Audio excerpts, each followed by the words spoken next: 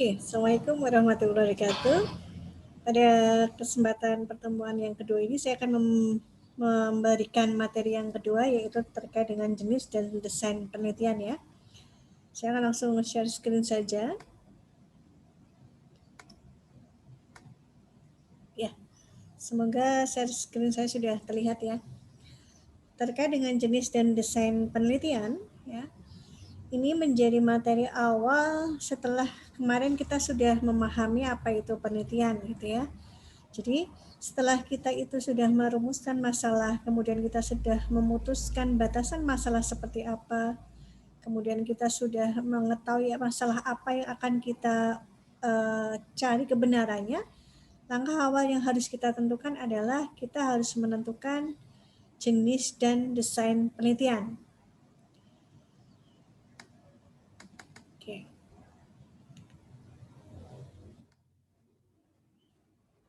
Jenis penelitian sendiri ada beberapa kelompok pembagian berdasarkan beberapa indikator ya.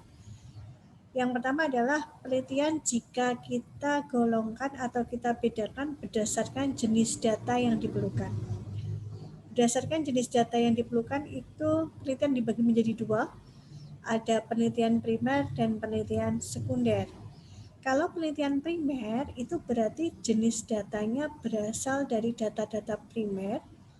Apa itu data primer? Data primer itu adalah data yang memang kita langsung dapatkan dari objek penelitian.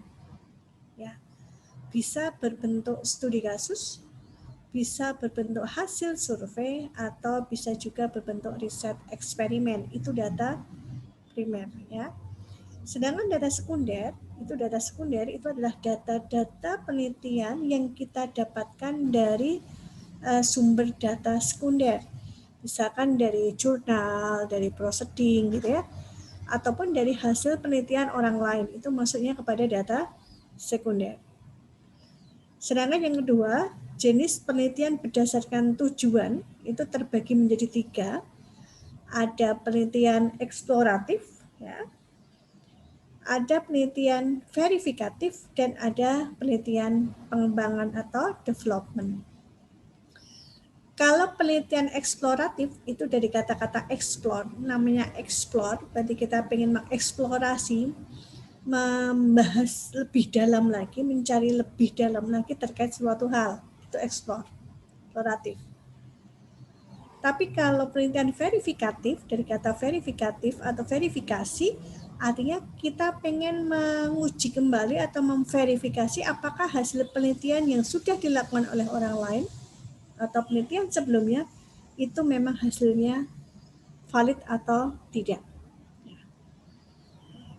Sedangkan yang ketiga, penelitian pengembangan itu adalah penelitian yang dia memang bertujuan mengembangkan dari hasil penelitian sebelumnya.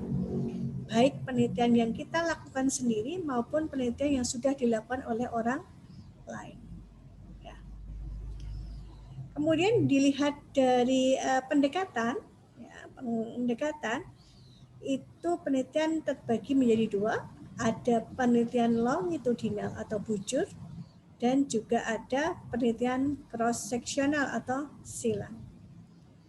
Kalau longitudinal, bujur, namanya juga bujur ya, panjang gitu kan, itu berarti penelitian yang memang dilakukan dalam jangka waktu yang lama, ya.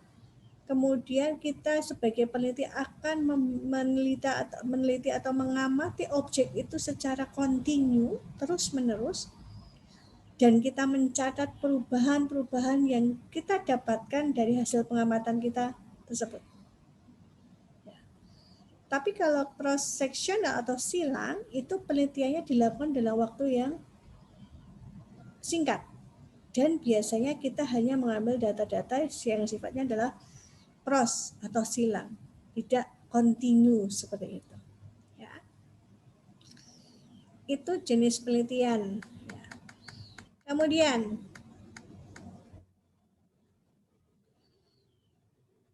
dilihat dari tempat atau latar, penelitian itu ada yang disebut dengan penelitian laboratorium, karena memang dilakukannya adalah di lab. Ya. Ada yang disebut dengan penelitian lapangan, karena memang penelitian dilakukan di lapangan atau di lahan penelitian. Ada juga yang penelitian yang dilakukan di perpustakaan. Dan jenis penelitian yang berdasarkan tempat ini sebenarnya bisa dilakukan oleh teman-teman semua.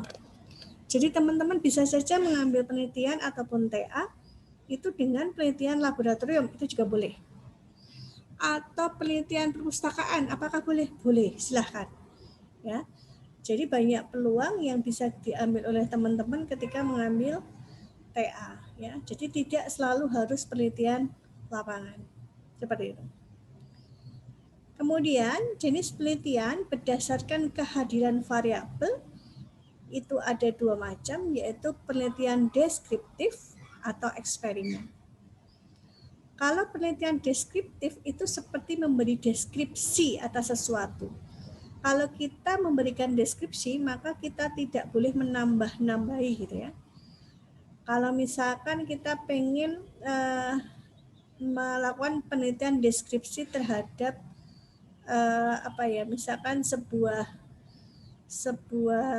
pohon kelapa misalkan ya.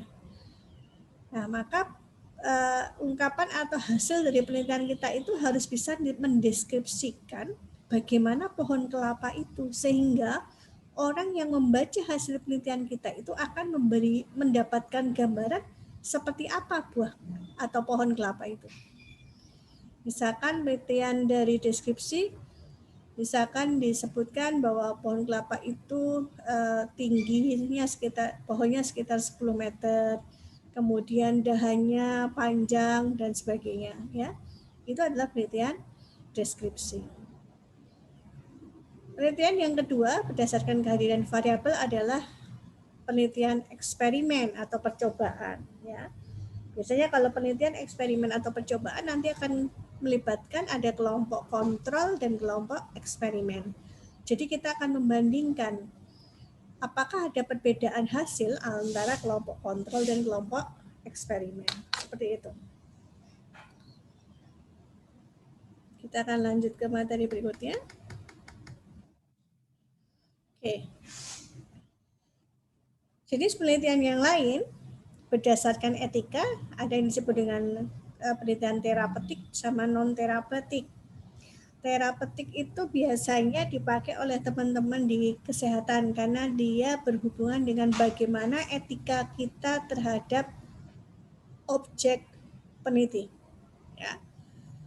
Ketika teman-teman keperawatan itu melakukan penelitian, maka dia akan melakukan atau menggunakan komunikasi terapeutik. Kalau misalkan objeknya itu adalah pasien yang sudah lansia, maka dia akan menggunakan komunikasi-komunikasi yang memang secara etika itu bisa diterima oleh kelompok lansia. Ya. Itu penelitian terapeutik. Sedangkan berdasarkan pendekatan analisis itu ada pendekatan kuantitatif dan kualitatif. Ini mungkin jenis yang sudah sering didengar gitu ya oleh teman-teman, ada penelitian kuantitatif dan penelitian kualitatif. Kalau kuantitatif berarti pasti berkaitan dengan data-data kuantitas, ya, pasti angka. Kalau kualitatif itu nanti lebih kepada pendekatan sense, seperti itu. Kemudian berdasarkan penerapannya, ada penelitian dasar dan penerapan terapan. Kalau penelitian dasar, berarti nanti dia bertujuan untuk membuktikan ilmu-ilmu yang dasar. Ya, sedangkan penelitian terapan berarti dia bertujuan untuk membuktikan apakah data-data dasar yang sudah umum digunakan itu bisa diterapkan dalam dunia nyata atau implementasi. Itu tadi dikatakan jenisnya ya. Sekarang kita akan bicara tentang desain penelitian atau rancangan penelitian ya. Desain atau rancangan penelitian ini harus kita tentukan di awal ketika kita melakukan penelitian. Karena apa? Karena desain ini menjadi blueprint bagi peneliti. Menjadi titik tolak bagi seorang peneliti untuk menentukan saya mau menggunakan desain atau rancangan penelitian yang mana gitu ya. Agar memang tujuan output yang kita tuju itu memang bisa kita dapatkan. Ya. Ada beberapa kategori ya, desain penelitian yang biasanya kita bisa pakai dalam penelitian. Ya, ada desain penelitian deskriptif, ada kausalitas, ada korelasional, ada tindakan, ada eksperimental, dan ada grounded ya. Kita akan bicara desain deskriptif, desain penelitian deskriptif ya. Seperti yang saya sampaikan tadi, desain penelitian deskriptif itu dia tujuannya adalah menggambarkan, menginterpretasikan ya sebuah subjek apa adanya tanpa kita tambahkan ya. Kita tidak boleh menambahkan pendapat pribadi, tidak boleh dalam penelitian deskriptif. Kita tidak boleh menambahkan rekayasa, juga tidak boleh. Jadi memang apa adanya. Apa yang kita lihat, apa yang kita dengar di subjek atau objek penelitian itu, maka itulah yang kita tulis. Itu adalah penelitian deskriptif ya.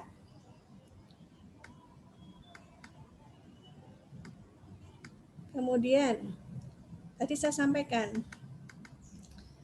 penelitian deskriptif itu bisa berbentuk studi kasus ya. Studi kasus biasanya kalau studi kasus kita berusaha meneliti atau menguji seorang individu atau suatu unit gitu ya secara mendalam. Kemudian hasilnya nanti dari hasil individu itu akan kita angkat atau kita buat generalisasi. Ya, itu bisa. Ya, itu studi kasus. Jenis penelitian deskriptif yang kedua adalah survei. Ya, kalau tadi studi kasus biasanya yang kita ambil sampel adalah satu orang atau satu unit. Kalau survei biasanya sampelnya itu lebih banyak. Ya. Sampelnya lebih banyak. Dan diusahakan bahwa dalam survei itu semua populasi, semua anggota populasi itu menjadi responden. Ya, seperti itu. Jenis penelitian deskriptif yang ketiga adalah studi perkembangan ya. Kalau untuk studi perkembangan itu berarti kita sebagai peneliti kita harus mengamati perubahan-perubahan yang terjadi ya atau kemajuan-kemajuan yang terjadi pada seseorang atau sebuah organisasi gitu ya atau masyarakat tertentu yang memang menjadi subjek penelitian kita. Ya. Biasanya di penelitian studi perkembangan ini kita bisa melakukan pendekatan dengan pendekatan longitudinal atau bujur tadi ya, atau pendekatan cross-seksional, tergantung dari target waktu yang kita akan gunakan, seperti itu. Ya, ada juga dalam penelitian deskriptif yang disebut dengan studi tindak lanjut ya. Studi tindak lanjut atau dikatakan follow up studies gitu ya. Artinya apa? Dari penelitian deskriptif jenis follow up studies ini kita pengen tahu apakah ada dampak gitu ya. Apakah ada dampak misalkan kita melakukan penelitian terkait dengan lulusan dari Ushahid gitu misalkan ya. Kemudian kita melakukan penelitian apakah ada dampak ya. Dampak pembelajaran atau materi perkuliahan yang memang didapatkan mahasiswa Ushahid ke dunia kerja. Itu nanti maka masuk pada studi tindak lanjut seperti itu ya. Kemudian dalam studi deskriptif kita juga bisa menggunakan analisis dokumenter ya, analisis dokumen. Itu bisa kita dapatkan dari buku teks, kita bisa dapatkan dari mungkin artikel, kita bisa dapatkan dari proceeding gitu ya. Itu juga bisa kita lakukan ketika kita melakukan penelitian deskriptif. Dan dalam penelitian, desain penelitian deskriptif ini menjadi sesuatu jenis desain penelitian yang mungkin paling mudah gitu ya kita lakukan. Karena kita hanya mencatat apa yang kita lihat, apa yang kita dengar dari objek atau subjek penelitian. Ya. Ketika respondennya bilang A, maka kita harus menuliskannya A, seperti itu. Ya, itu deskriptif, seperti itu. Langkah-langkah penelitian deskriptif secara global itu sama dengan langkah-langkah penelitian biasa yang sudah saya jelaskan kemarin ya. Ada merumuskan masalah, merumuskan tujuan penelitian, mengkaji pustaka, menentukan sampel, menyusun instrumen, mengumpulkan data, menganalisis, sampai menarik kesimpulan. Jadi langkah-langkah penelitian deskriptif ini sama dengan penelitian pada umumnya, ya. Sekarang kita bicara desain penelitian yang kedua, yaitu desain penelitian kasualitas, ya. Dari kata-kata kasualitas, cause itu artinya apa? Cause kalau bahasa Inggrisnya adalah penyebab, atau dengan bahasa kita, desain penelitian kasualitas adalah desain penelitian yang memang dia meneliti kemungkinan adanya sebab akibat antar variabel. Nah, biasanya penelitian kausalitas atau kasualitas itu ditandai dengan judul yang seperti ini. Pengaruh X terhadap Y. Pengaruh peningkatan gaji terhadap produktivitas kerja. Pengaruh WFH terhadap tingkat produktivitas pegawai. Itu berarti dia menggunakan jenis desain penelitian kausalitas, ya. Langkah-langkahnya pun secara global sama dengan penelitian deskriptif. Tetapi dalam penelitian kausalitas ada hipotesis awal yang harus kita rumuskan, ya. Kemudian kita juga harus merumuskan variabel apa yang akan diteliti agar kita tahu apakah ada hubungan sebab akibat antara variabel tersebut. Seperti itu. Kemudian dalam kausalitas kita juga harus melakukan uji validitas dan uji reliabilitas instrumen, ya. Selain itu, sebelum kita menarik kesimpulan, kita harus melakukan pengujian hipotesis awal tadi. Apakah hipotesis awal tadi kita terbukti atau tidak, ya. Itu kausalitas. Kemudian desain yang ketiga adalah desain korelasional, ya. Dari kata-kata korelasi, kalau korelasi berarti kan ada hubungan gitu ya. Biasanya judul yang menggunakan atau menunjukkan bahwa dia desain penelitian korelasional adalah, contohnya adalah hubungan A dan B, ya. Hubungan antara motivasi kerja dan sistem WFH misalnya, ya. Hubungan antara kalau di kualitas software itu hubungan antara tingkat reliabilitas jaringan dan kualitas jaringan, misalkan seperti itu, ya. Biasanya untuk desain penelitian yang korelasional itu biasanya keywordnya atau kata kuncinya adalah dia memang menggambarkan hubungan antar variabel, ya. Ini terlihat jelas kalau kausalitas tadi adalah menunjukkan sebab akibat antar variabel, tapi kalau penelitian korelasional dia menunjukkan hubungan antar variabel, ya. Saya akan langsung ke, nah ini contohnya, contoh-contoh dalam penelitian korelasional. Jadi dalam penelitian korelasional itu variabel yang digunakan itu adalah satu variabel bebas dan minimal satu variabel terikat dan minimal satu variabel bebas, ya. Hubungan X dan Y, ya. Atau hubungan kalau misalkan dua variabel bebas dan satu variabel terikat, misalkan hubungan X1 dan X2 dengan Y, gitu ya. Jadi ada variabel bebas dan variabel terikat, ya.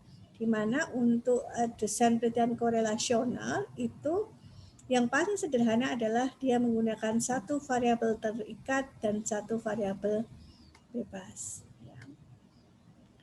Ini ada beberapa contoh dari judul penelitian korelasional. Kita lihat kalau kita bicara terkait dengan penelitian korelasional, maka keywordnya adalah ada kata-kata hubungan, ada kata-kata keterkaitan gitu ya, ada hubungan-hubungan dan sebagainya. Ya, ini adalah contoh judul dari penelitian korelasional. Ya. Nantinya pemilihan desain penelitian ini akan menjadi penentu atau referensi kita untuk menentukan teknik analisis data apa yang akan kita gunakan ya. Termasuk di dalamnya metode ini nanti akan menentukan jenis data apa yang akan kita gunakan gitu ya. Kalau kita bicara korelasional, maka jenis data yang bisa kita pakai adalah jenis data nominal, ordinal, dan rasio. Seperti itu. Kalau teknik analisisnya kita bisa menggunakan distribusi frekuensi, presentasi, dan sebagainya. Ya, seperti itu. Itu untuk desain korelasional. Ya. Ada juga desain penelitian tindakan. Ya. Ini biasanya digunakan oleh teman-teman guru ketika mereka harus melakukan jenis penelitian tindakan kelas gitu ya. Seperti itu. Jadi untuk desain penelitian tindakan nanti dia adalah desain penelitian yang disusun untuk melakukan perbaikan terhadap kegiatan yang sudah dilakukan sebelumnya. Ya. Secara langkah juga sama, hampir sama dengan penelitian yang konvensional gitu, yang standar. Dia langkahnya sama dari merumuskan masalah sampai pada mengambil kesimpulan. Ya. Kemudian yang kelima adalah desain penelitian eksperimen.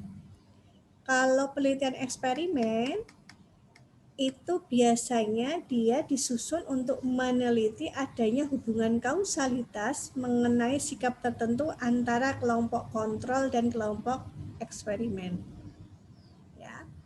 Biasanya nanti di penelitian eksperimen ini nanti kita akan melihat apakah ada pengaruh sebuah perlakuan terhadap kelompok kontrol dibandingkan dengan kelompok eksperimen. Ya. Itu ada beberapa jenis dari desain penelitian. Ya. Secara materi nanti silahkan bisa dipelajari di materi yang saya share. Jika ada pertanyaan nanti silahkan ditanyakan, bisa secara langsung ataupun di grup. Itu saja yang mungkin bisa saya sampaikan. Terima kasih. Assalamualaikum warahmatullahi wabarakatuh.